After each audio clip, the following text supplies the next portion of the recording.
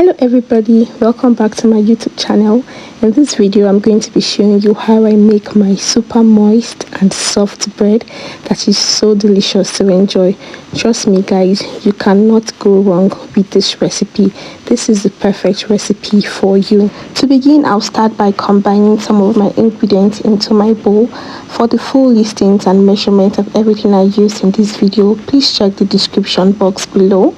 I added some yeast, some sugar, some milk and some salt to my bowl. Then I'll go ahead to stir that till it is well combined. After that is done, I will proceed to crack open one egg. Please make sure that the egg you are using is very fresh. Then I'll go in with half a cup of water. Proceed to mixing that until everything is well incorporated. After that is done, the next thing to do is to sift in my flour. Sifting your flour before baking is very important because this is going to help the flour to be easier to work with. Also, it's going to improve the general texture of whatever you are making, be it bread or chin chin or meat pie, anything basically. Sifting your flour is very important. After that is done, I'll proceed to combine everything until a firm dough is formed. You want to be gentle with this process so that your flour doesn't go flying around in your kitchen. Once everything is nicely combined like this, it is time to start kneading. I'll transfer to my work surface and begin kneading by hand. We are going to be kneading in two stages. The first stage, which is what we are doing now, is before adding butter, while the second stage will be after the addition of butter. You want to be careful and patient while kneading your dough because kneading is very important in bread making. Kneading helps your bread to develop gluten, which allows the dough to rise properly.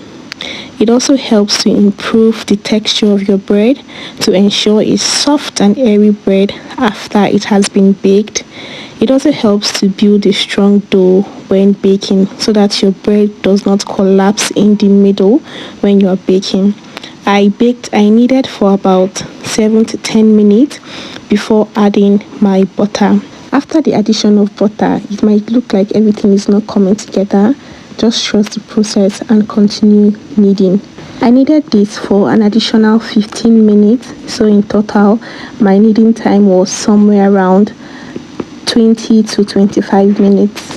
If this is your first time coming across my channel, you are very welcome. I am Iju the Chef, and on this channel I share very detailed and mouth-watering recipes and also different types of amazing kitchen hacks. Kindly click on the subscribe button to subscribe to my YouTube channel. Also click on the bell-like notification button so that you get notified each time I post a new video. At this point, our dough was already beginning to come together. You know your dough is ready when it bounces right back after you press into it. The next thing to do is to add a bit of oil to our bowl. This is going to help the dough stay moist throughout the entire proofing process. Depending on the temperature of where you are staying, the proofing time should be somewhere between an hour to 2 hours. The temperature over here is a bit cold, so I proofed my dough in my oven that was turned off for about an hour, and this was what it was looking like after 1 hour, well doubled in size.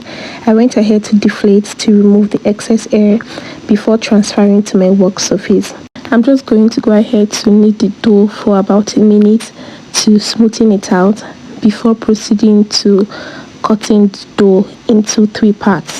We are making 3 segmented whole bread loaf, and that is why I'm portioning it into 3 parts. But if you want 1 whole loaf, no need to portion into 3 parts. At this point, your bread pan should be ready. Ready your bread pan by adding some butter and some flour so that the bread comes out easily when it is baked. The next thing we are going to be doing is to slap and fold.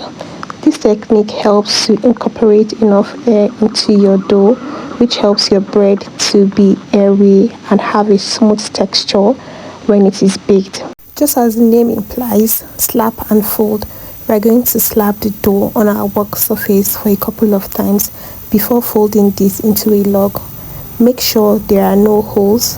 When folding, make sure you pinch the edge carefully so as to avoid holes in your bread when it is baked. I'm going to repeat the whole process until all 3 dough has been folded. After that is done, I'm going to cover this and allow this to proof for a second time for about 30 to 45 minutes. The second proofing usually take lesser time, and this is what everything is looking like. At this point, your oven should be preheated. Go ahead to bake in your preheated oven for about 30 to 35 minutes, depending on how brown you want your bread to be. I like my bread to be really brown, so I allowed it to stay in the oven for about 35 minutes. This was what the bread was looking like the next morning when I cut it open to serve. It was so delicious, airy and soft. Let me know what you think in the comment section. Don't forget to give me a thumbs up, subscribe to my channel if you are not already subscribed. Also click on the bell like notification button so that you get notified every time I post a new video. Bye guys.